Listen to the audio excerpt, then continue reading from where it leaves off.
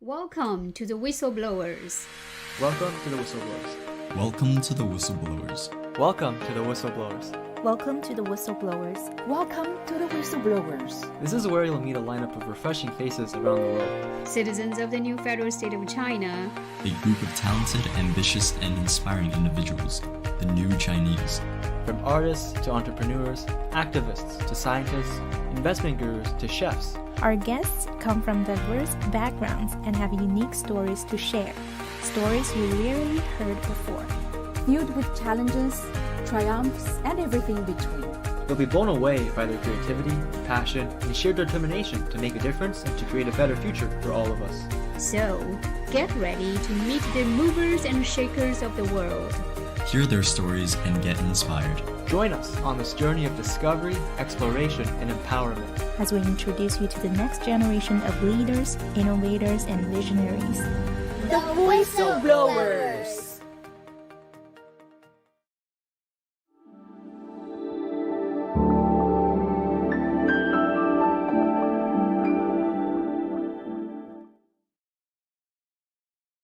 Hi there, and welcome back everyone to another episode of the Whistleblowers. As you all know, this is a show where we invite guests and then get to hear a bit about their story.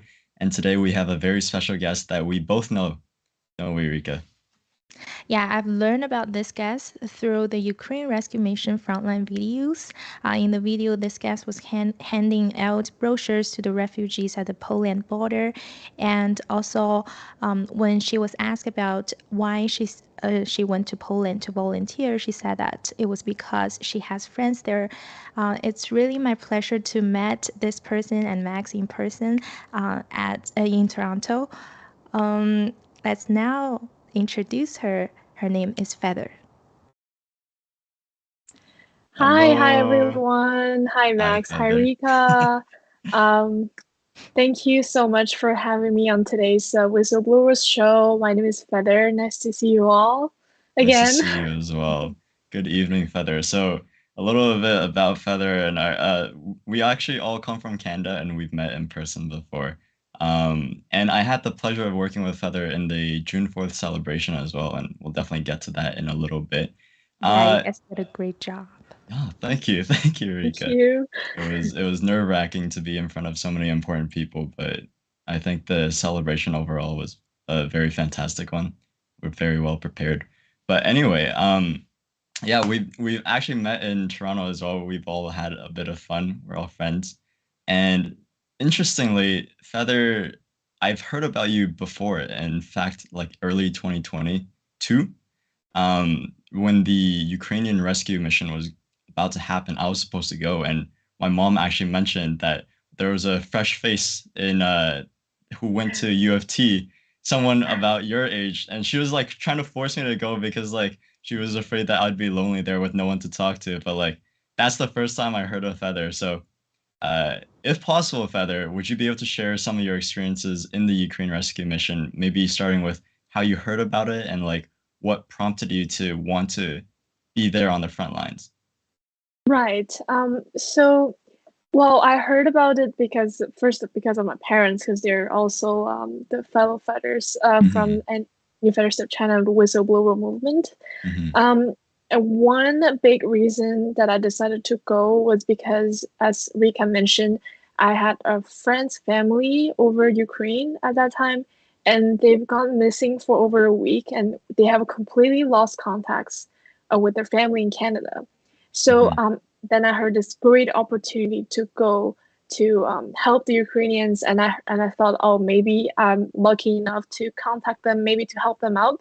So that's like the biggest reason why it got me signed up for the rescue mission. Yeah. Can I ask, is your friend's family okay today, or? Because we went to Poland, which is on the west side of Ukraine, but their city, they live in the east side, which is near the Russian border. Oh, I see. So it's really, they're still like trapped in that city. It's very tough, and there's nothing really we can do, and for them it's really hard to get out, so they're still staying in that city. Wow. And I think I've told maybe in one of the interview last year that my friend's uncle died because one of the soldiers shot him on the chest. Jeez. It was a very sad story. I'm really sorry to hear that. Yeah. So would you want me to maybe Yeah, have some detail? on the screen, if you can see that, that is a photo of you with some people around you. Maybe just give a sense to the people, like what the overall environment was, like how people were feeling, how the helpers, like the volunteers, we know that Right. we sent out were feeling, just the Yeah, so overall feel of it. Yeah. for sure. This picture you can see it's I'm behind this gate. So Hmm. this behind this gate, it's the Medica. It's the border. It's in Poland. But I crossed Hmm. this gate, so I'm actually in the Ukraine. The Ukraine. Oh. Hmm. Yeah, I'm actually in Ukraine, and I was handing the candies. The box in my hand have a lot of candies to the kids that walked Hmm. out of the costume to the into the gate in Poland. Hmm. And behind the gate, there's a lot of tents, like all the volunteers from Hmm. different countries, and I was just at the really front line to trying to make the kids make the the tiring travel the trip Hmm. for the kids a little bit easier and happier for them. For sure. Um, yeah, Like definitely, I feel like it definitely helps for them to see like a young face willing to help out. Um, these kinds of experiences usually cater towards the more older, like right. experienced people, but like if like for the refugees, I'm sure like despite the turmoil, the trouble that they had to go through to make this Mhm, journey, seeing for so sure. many of our fellow New Federal State of China fighters there willing to help out, willing to like escort them to safety was a very good sight for them. Yeah, Yeah, also, sorry. go ahead. Yeah, Sorry. also because I have like little brothers, so seeing the Hmm. kids, I definitely make me like have a connection with them. Oh yeah. Hmm. Yeah, go ahead, Rika. Yeah, I was gonna ask like during wartime, a lot of families are being separated, right? So like when you volunteered there, have you heard of any stories of families or people who suffered from the war? We suffer from the war. Well, one of them is my friend's family. That's like the story that I know personally, and I personally know them. Hmm. Which I know a lot of family they can't. So like in Ukraine, all the men from age of 18 to 65 or 60, they can't get out of the country because they have to stay there. And so every all the people you see that come out of border, they're all women, kids, or like very old people, Hmm. and you see them like you think about how they abandon their home and just to escape to be safe, and they're every day there could be a child losing their father, brother, or family member, and Wow. Mm. yeah. Yeah, despite this being like so far away from us today, like it's still an ongoing issue, and so many people are senselessly being killed. And I just want to like really, because you were there in person. Like, can we get like a sense of like the real emotions that you were feeling, like seeing so many war-torn families, seeing so many people who were sacrificing their lives? Like, how did it feel to you, like on a emotional level? What was really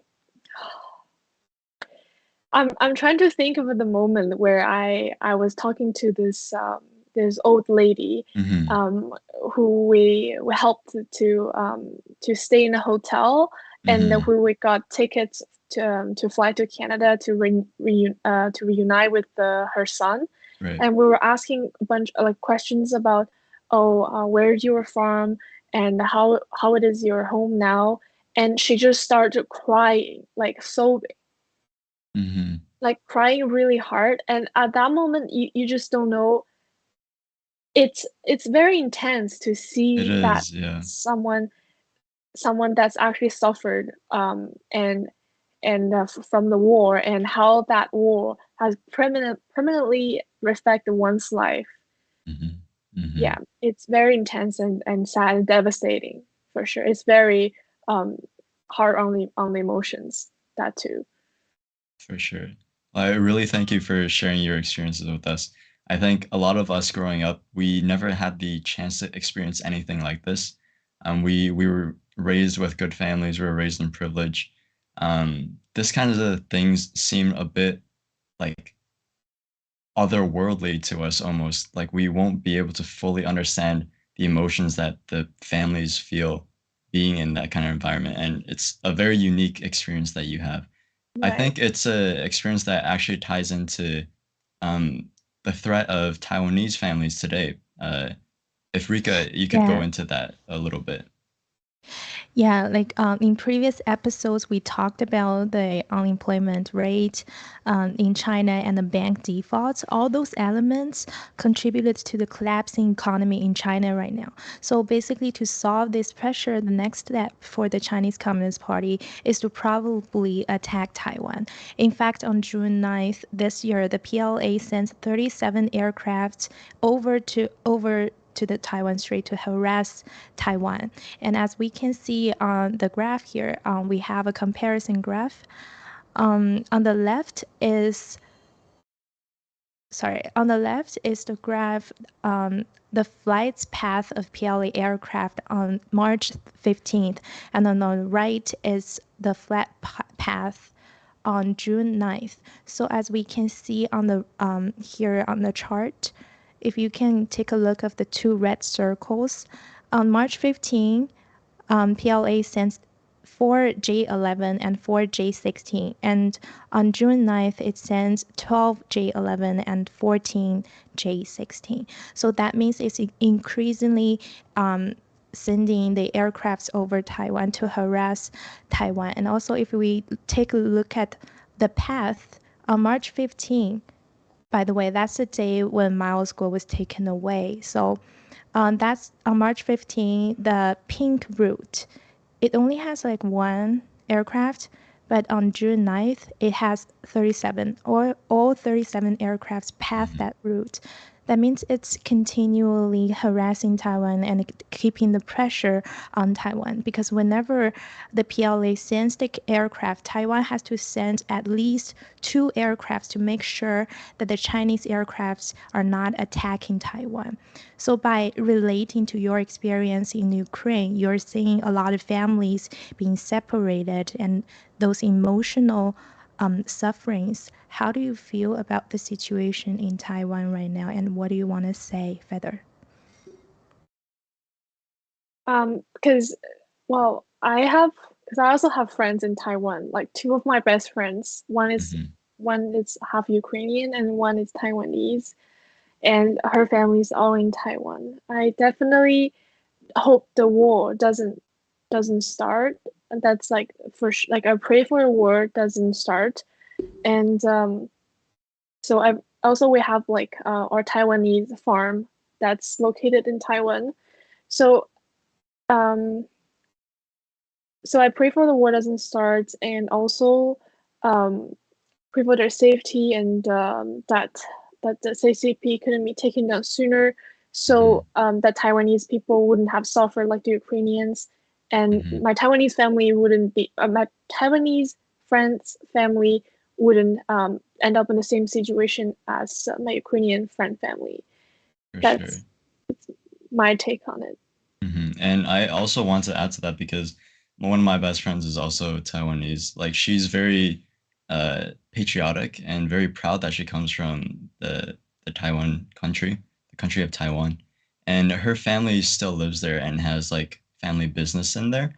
And all the time she would be, especially during the 2022 year, because that the Russians went on the offensive in Ukraine, it spelt like a foreshadowing for her family to maybe like be concerned about their safety and their threat from China. And it was honestly a very stressful time, like just listening to how like her and her family were trying to prepare because they have family business there. They have like their family, their relatives.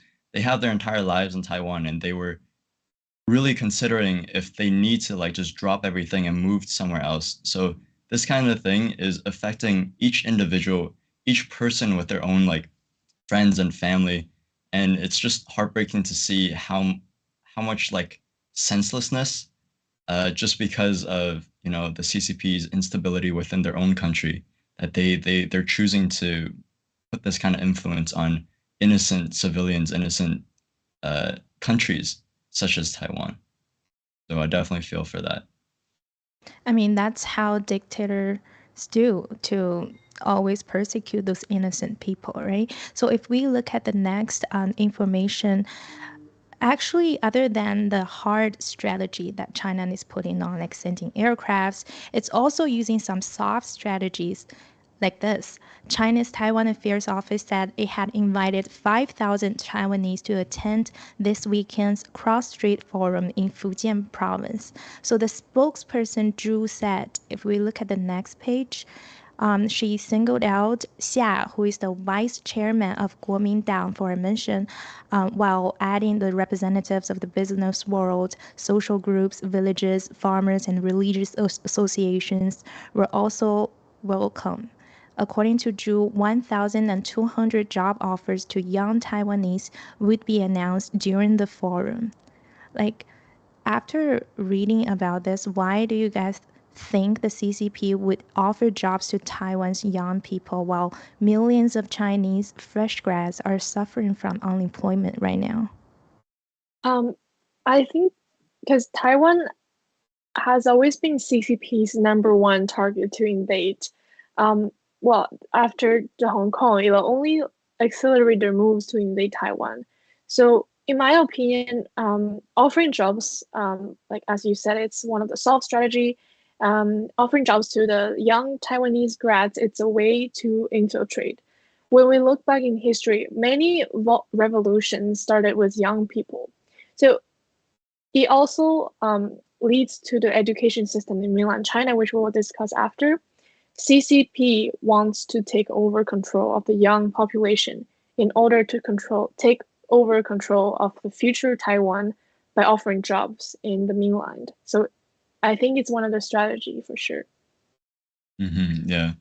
Honestly, when you mentioned Hong Kong as well, like I want to share a bit of a more personal story. Back in 2019, my partner at the time was from Hong Kong. Her family was from Hong Kong, and I was telling her about all the things that were happening in Hong Kong and how like scary it was. And funnily enough, she went against me, even though she was from Hong Kong, which really surprised me because she was convinced that the police, the authorities were doing the right thing by arresting uh, the demonstrators, the protesters, the brave youth that stood up against China's legislation. Um, and it just goes to show how scary it is when such a regime is able to control the narrative. They're able to control, especially the youth's mindset on certain topics. What do you guys think about that? Right.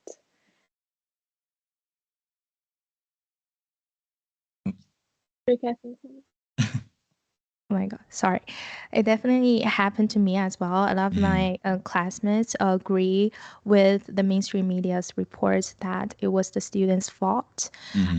But also, like, as we are following the whistleblower movement and according to the broadcast and the news on Gather, we've learned that it was not like that. And by the time, I have my friends who actually participated in that protest and told me what actually happened. So that's my way of getting the sources. But beyond the news, there's also like other strategies that the Chinese Communist Party would use to infiltrate the students, like combining the previous news to offer jobs to the students, right? They have the 1,000 Talents program. So basically, the CCP deploys this strategy decades ago. They specifically looked for talented students at famous universities like Harvard, Stanford, and gave them offer to join the 1,000 Talents program. And after 10 years or so, when they are the scholars or they're famous in their industry, the CCP will give them like funds or require them to do other things or stealing intelligence, all those stuff. Because the CCP has their secrets, the violation of laws or something, they can threaten those people to do things for it. Yeah, for So sure. basically, I feel like the 1,200 job offers is a strategy of the 1,000 Talents program. What do you think? Yeah, for sure, for sure. I think the CCP is unrivaled when it comes to being able to influence the minds of their own society. I mean, they can do it hell like in Taiwan and Hong Kong, they can even do it in Western societies because they practice so much on their own people. Like I personally I haven't grown up in China. I haven't experienced the education system. But I know Feather, she actually grew up in China. You went through a couple grades if I'm correct, right? A couple grades in Yes, I went. yeah. Hmm. I I went to elementary school until fifth grade, and but back then I didn't know what the difference. I think that was just normal school in China. But Hmm. I was in a private school, and that also has a lot of difference compared to public school in China. Um, then would you want me to go over the things I noticed like difference Yeah, between? for sure. Like when you were growing up, did you see anything different? And I know you came to Canada, so that was like kind of a transitionary phase for you, right? So what happened during then Right. as well? I was quite a special student for my class Uh-huh. because the teacher knew that I was going to move to Canada, so they trained Hmm. me differently as we talk about the education system, and the teacher needs the KPI. So I'm a student that eventually is going to go away, so I don't help with any of their promotion or anything like that, Hmm. and also. Back in days, I wasn't doing a lot of homeworks or following. I was following class because that Hmm. my parents think that's the essential. To You have to learn about Chinese and math. That's the essentials, but Right. not the exams because they don't want to put that much pressure on me. Um, but it's a class of 50 people, right? I can't just go to class every day from 7 to 5 p.m. without talking to anyone. So Hmm. of course, I would make friends because I'm a normal human being. Um, but the teacher doesn't like that. The teacher isolated me from other students because they think I'm a bad student who doesn't take exams, who doesn't Hmm. do homeworks. Um, so the bullies kind of start initiated by the teacher. Wow. Um, yes, in the class, and also I've witnessed a lot of physical abuse that a teacher would slap the children's face Right. and hit their head with a book or a pencil or threw them just threw things at them when they don't like what they're Hmm. Hmm. doing, and they would not only physically abuse you, they would mentally strike you too, and telling you you are such a stupid person, you Hmm. can't do anything in your life, like things like that. It's all normal for them, you know. Yeah, But when and I heard, sorry. right, sorry, when I come here, it's just it's incredible. Like the teacher are friends with Hmm. students, and they care so much as students that I just feel I feel so much love from them, and think that's how a Awesome. teacher's supposed to act as a Right. teacher. There's no like corruption within the maybe there's corruption, but I just couldn't I can't identify because It was such a the drastic teacher, change, right? yeah, as a student, it Hmm. I've been treated equally by the teacher no matter the race, your gender. Hmm. Also there's um, no matter how like what kind of family I'm from, instead of Hmm. judging the kid by their family and how Right. wealthy are they, you know. Because you mentioned that there's a lot of nepotism going on in China within any of their systems, but definitely the education system as well, right? Yes, yes. Hmm. Or Honest. like who sends the better gift to the teacher so the kid can be the leader of which group. Yeah. which class, you know, like Hmm. all kind of things. And moreover, I think it's the brainwash within the system, which the thing they teach the young kids Hmm. Hmm. to learn. And I was lucky enough that I wasn't brainwashed by Yeah. the education. I ended up making my own mind on stuff, Hmm. on history. Right. Um, that's that's one of the reason how that's how I also joined the whistleblower movement, which we can talk about it later. Yeah, for sure. And honestly, like you being able to be separated or isolated, even though like that sounded really bad, it kind of spared you from all the standardization of the mind that goes on in Chinese education systems, right? Yes, definitely. But that is still a very tragic story. I'm not gonna lie. Like that sounds horrendous. I've I've interviewed so many people on this show, and they all tell us about how like the teachers physically abuse the students. But this is the first time that I heard about like some KPI. This is something that you hear from like your boss at work. Oh, we have to meet the KPIs. I And mean, they're doing their jobs as well, right? that's true. Right, That's true. But you don't ever hear about it in education systems here, right? Like that's why it was just so foreign to me. right. Mhm. Just under that regime, teachers they have no choice. They like Yeah. the kids who follow the rules. They like the kids who has good grades Hmm. that would help them to Hmm. promote, you know. They And had no choice either. yeah, for sure. Like And same to the students as well. When they're involved in that system, they will think that they will be thinking that only grades will define them. But hmm actually, that's not. When you are here in Canada, you no one can define you. You define yourself. You can do whatever you want. precisely, yeah. Yeah, that's exactly what I was going to say. Like, honestly, you being like isolated gave like the teachers an example to make out of you.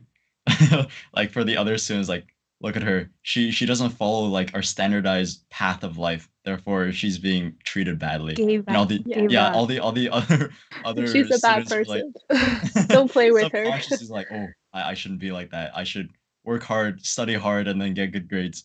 It's a subconscious war. Right. Well, that also made who I am today. For Like sure, yeah. I'm stronger. I have my own mind. I Hmm. wasn't influenced. I wasn't brainwashed. Yeah. I didn't follow the rules in school, but I follow rules in another sense. And For sure. this I like which will help me develop my ideology Hmm. and other important values. Yeah. And honestly, like I'm very, very glad to hear that you had a completely different life after you transitioned to going to Canada, like being treated well.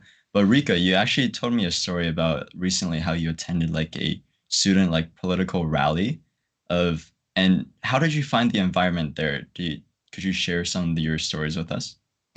Oh, so basically that was not a rally. It's more of like a seminar. Oh, okay. We get a Hmm. chance to talk to the former diplomat of Canada to Venezuela. So Hmm. I got interested because Venezuela used to be a communist country, right? So Hmm. I went there to just to have fun, to listen to what they're talking about. Basically, they were talking about the human rights violation in Venezuela, and then at the end, I asked a question to the speakers. I said that I certainly feel there suffers in human rights violations because a lot of Chinese people are currently suffering human rights violations as well. Because look at Xinjiang, Tibet, Taiwan. Um, not only the Chinese Communist Party is doing bad things to its people, as we can see on recent news that it's also doing bad things around the world. And I was asking if they think communism is behind the collapsing of Venezuela. And then their answer was Cuba. It's more of Cuban government and the Iranian government. So I was trying to like ask them who is behind the Cuban government and the Iranian government. Hmm. They like kind of avoid to Hmm. answer that question. So basically, I was thinking it's so obvious that we can, like as we youngsters 20-ish years old, we know that the Chinese Communist Party is behind the Cuban and Iranian government. And how come they don't dare to say that? during a seminar. And that seminar took place at the University of Toronto. Yeah. So Hmm. if we look at this, the education system is completely being infiltrated right now. Like maybe the information they never, maybe it's because they never thought about it this way. Hmm. They never thought about the root cause of the violation of human rights. But Yeah. moreover, I would say the information that's given to the students might be a little bit misleading. Yeah, and I And just want to go off of that and just talk about like how real the threat of CCP's influence even in today's like Western youth. Like we're not even living in China, and yet I feel like the real impact of our own generation being affected by all the influences. And you and I, we've been on the street, we've been asking questions. You host your own street interview like segments, and one thing that I had noticed is that the younger generation, they only care about being pretty. They're very, very vain, you know what I mean? So like as long as they're pretty, good looking, and have nothing in their brains, that's the way they're they become popular, right? And You it's want to get be popular, exactly and that's like the whole TikTok, Instagram kind of societal standards. Like you don't cause any drama, you just look pretty. And in fact, it's the older generation, the people who actually have experience, have knowledge of the world. They're the ones that we could like uh, approach and get their thoughts and their nuance on some topics, right? So, it's really hard to talk about current affairs with young people on the oh street. yeah, for sure. So let's take a look at your street interview. How about that? What does freedom mean to you? The ability to make my own choices and do the things I would like to do unhindered by anybody, as long as it's legal. The liberty which we are enshrined from birth, those liberties should not be interfered by any policy, any legislature, but just you living the way you're supposed to live without any infringement from anyone, any authority. Being able to express yourself and not be oppressed by it. So I'm indigenous, obviously we've gone through some challenges in life, and history tells us that it wasn't always there. The ability to do whatever you want as long as it's not hurting anyone else, and being able to enjoy whatever you like to and what makes you happy in life, and anyone being able to. And we should all have the same freedoms, no matter who we are, what our backgrounds are, what countries we're from, all of that. Probably the ability to like vote and like, I don't know, just make decisions on your own, I guess. To be able to live in, I guess, a personal choice to live the way and where you want to live, having support systems from your government. We can do whatever we want legally. If we ask you to list 3 countries that do not have freedom, which countries would you say? I don't know. Would that be like China? I'd say China, Russia, North Korea. China, South China, North Korea. And I was going to say China and North Korea, Russia. I think we all know about North Korea. We're not sure, but I think China also, and also Pakistan. I would say almost every country in the world does not have freedom. All the countries you chose were communist countries. Why would you think communism won't have freedom?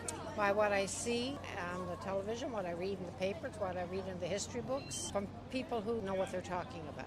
Because the leadership there, I think, want to control everything. They don't trust their own people. If you have an army that's loyal to you, I think that's where the control will come from. I think it's because those who are in power want to maintain complete power over everybody else that they're leading in the country. So being able to have all that power and remove any power that anybody else has, I guess that leader it seems to make them feel stronger. It depends on the leader of the country, like how they rule the country. Because North Korea, we know it's a dictatorship country, so that's why they don't have freedom. And same for China. 34 years ago, freedom-loving Chinese protested against Chinese Communist Party. That is the ruling regime in China right now. And unfortunately, hundreds of thousands of people died through that massacre. And it's the June 4th Tiananmen Square massacre. The June 4th is approaching. Do you have any message for the freedom-loving Chinese people who is still fighting this fight? And be sure to follow people that you trust and that trust you. I think that way you'll be better off in perhaps avoiding some from lack of freedoms. Just continue staying strong, get to know your history and speak up for yourself and for your people. Believe in themselves and believe in their resolve. They need to stay resilient and consistent in what constitutes freedom to them and go for it. There'll be ups and downs, there'll be repression, which is the way we live today, because freedom can never be given to you on a platter of gold. You have to walk towards your freedom, you have to fight for your freedom, and you have to stay resilient in order to achieve freedom. Well, don't give up. Keep pushing along. The power is with the people. If you continue to move forward and work as one, I think something will be achieved. I think freedom is like, we all know, a birthright of humans. Even though the people who fight freedom sometimes do not get what they want, they should continue fighting because it's their right to get freedom. Wow, that was an amazing interview, everyone. Good job, Rika. Good job. That was amazing. Thank you for Yeah, actually, a lot of people are giving messages to the freedom-loving Chinese people who is still fighting right now. And I know that you guys both went to the June 4th event in New York. Could you please just let us know like your experiences over there? Yeah, for sure. Feather, do you want to go first or? Yeah, there's a couple of things I want to say. Because June the 4th was one of the reasons I myself joined the whistleblower movement, including the Hong Kong protest, anti-extradition amendment bill protest. That's back in 2019. I was a high school student, and I learned about this event, this protest, and knowing that the students was protesting for their freedom and fighting for freedom, like the students who are who were in the Tiananmen Square back in the day in 1989, and also at that time I did the project, like a social research project on this event, and I did Hong Kong protest, and then I'd make a connection to the Tiananmen Square. And also, I was hearing a lot of broadcast at home of my school. And after that, the COVID hit, and a lot of things that he said was true, and it proved a lot of his points that he said before. And so this time, me personally being a part of this wonderful event, it feels like working with the people who share the same ideology and goals. It feels like home. I came to the conclusion of that everything in our life involves risks, and we get those things we want depending on our willingness to take those risks. So people risk their life, safety, health to help others, as well as the students in Tiananmen Square that day in 1989, right? Sacrificing their life trying to reveal the corruption and nepotism, fighting for freedom for all Chinese. They made that decision together, so rest of the world, remember, gather, and muster up the courage to stand strong in face of the evil of the communists and the CCP. That's beautiful. You honestly said so many things that I completely agree with. And I just want to reiterate, because you mentioned that because of the Hong Kong protests, it's when you start paying more attention to the things going around, and then why you actually just joined the whistleblower movement in general, right? We have a report coming out of the Epoch Times from the UK right now that states that police have actually probed a hate-related incident after Hong Kong protesters allegedly assaulted by Chinese students, right? And then it states that the footage appears to show a young man and a young woman surrounded by a group of people. 2 people were shown to have kicked the man, while a third wrestled and pushed both the man and the woman who managed to push him away. So these are like violent acts that were committed against the Hong Kong protesters in the UK. Like, it's not even in Hong Kong themselves. These are like in a completely different country, right? So it just goes to show how scary it is, like the brainwashing or the influence of the CCP has a chokehold on even countries outside of their jurisdiction. For example, the UK, for example, Canada, the United States, right? And I just want to say that we, the NFSC, are the people who are trying to stop this happening, right? And June 4th was an amazing celebration of that, like 3 years of what we've accomplished to stop the CCP dead in their tracks. And us being fortunate enough to participate, uh, we we were able to see so many freedom-loving Americans, politicians, show hosts, whatever, and everyone who believed in the same mission as us all come together to celebrate our movement's third anniversary. So I think that was really special, an amazing time for the both of us. Um, but yeah, like, how did you feel when you were there? Like, I definitely felt a lot of different emotions, but I want to hear like the emotions that you felt standing in front of everyone, being able to just be there in that environment in the beautiful like 50,000 square foot mansion of New Jersey. Right.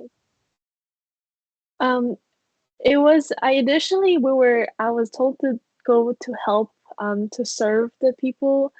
And then I think 2 days before they announced that we're gonna be one of the hosts. And it's always been a challenge after another and other challenge after another. We just keep on going, and it's definitely very fast-paced and environment that which allows us to learn so much only within like 10 days, learning about negotiating, like just working around people, teamwork, and all of that. And time management too, like a lot of things to work on. Yes, and it was definitely this experience, hosting and speaking in front of people. It's definitely very incredible, and I was very nervous, but I was trying to really try to calm myself down. And thanks to the other broadcasts I've done and the NFSC news that I've been working with, so that would train my skills for public speaking a bit.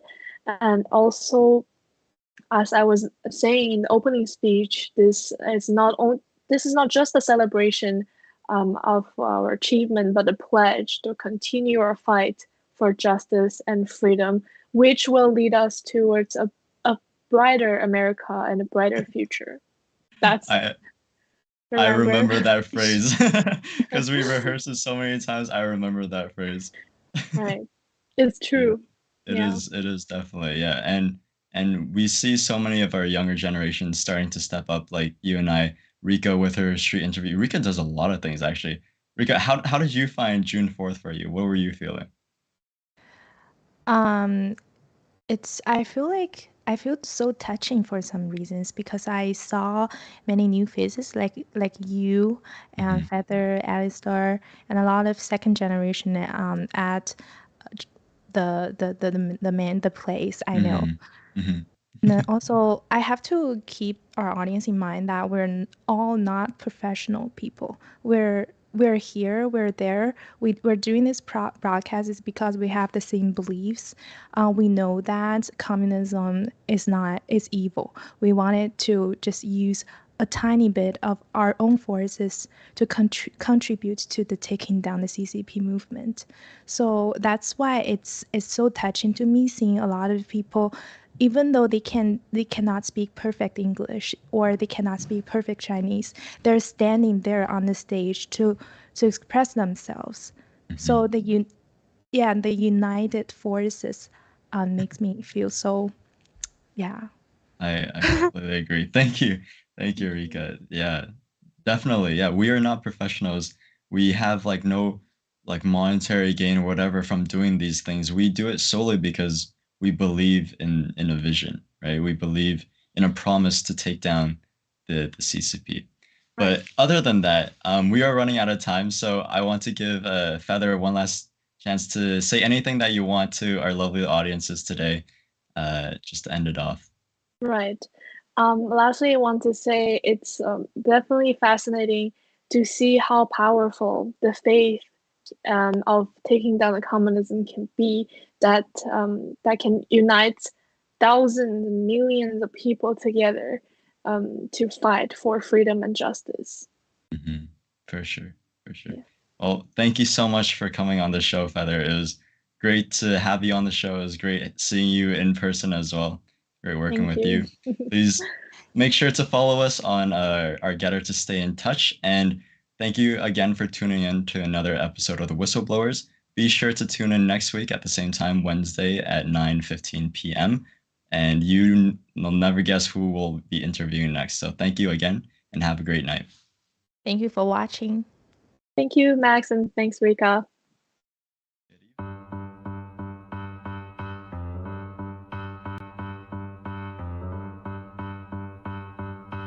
On m'a souvent dit reste à ta place, les acquis des nantis te dépassent. Le lit où tu es né t'interdit de viser plus haut. On a souvent ri de mon audace, l'habit fait le moine quoi que tu fasses. Rampe au lieu d'espérer, tu n'es bon qu'à courber le dos. On est ce qu'on est, tu dis merci et c'est tout. Il faut s'incliner sans s'indigner jusqu'au bout. Soit tu n'es roi, soit tu n'es rien. Mais dis-moi, pourquoi ce chemin de croix? Je veux la gloire à mes genoux, je veux le monde ou rien du tout. Pas les menus plaisirs, pas les petits désirs, les privilèges. Je veux l'épée de l'amour fou, je veux la corde à votre cou. Pas les menus plaisirs, pas les petits sourires, les sortilèges. On m'a souvent mis plus bas que terre, ainsi soit la vie au nom du Père. Mais qu'ai-je donc appris si ce n'est à prier par cœur? Faut-il implorer sans jamais toucher le ciel, que je reste cloué sans déployer mes ailes? Amène à tout, n'amène à rien. Maudit-soit le sort, les lois, je ne m'y soumets pas. Ne me demandez plus de marcher droit, j'éprouverai vos torts. J'adore le chemin que je vois, j'enterrerai derrière moi l'idiot qu'on veut que je sois. Je veux la gloire à mes genoux, je veux le monde ou rien du tout. Pas les menus plaisirs, pas les petits désirs, les privilèges. Je veux les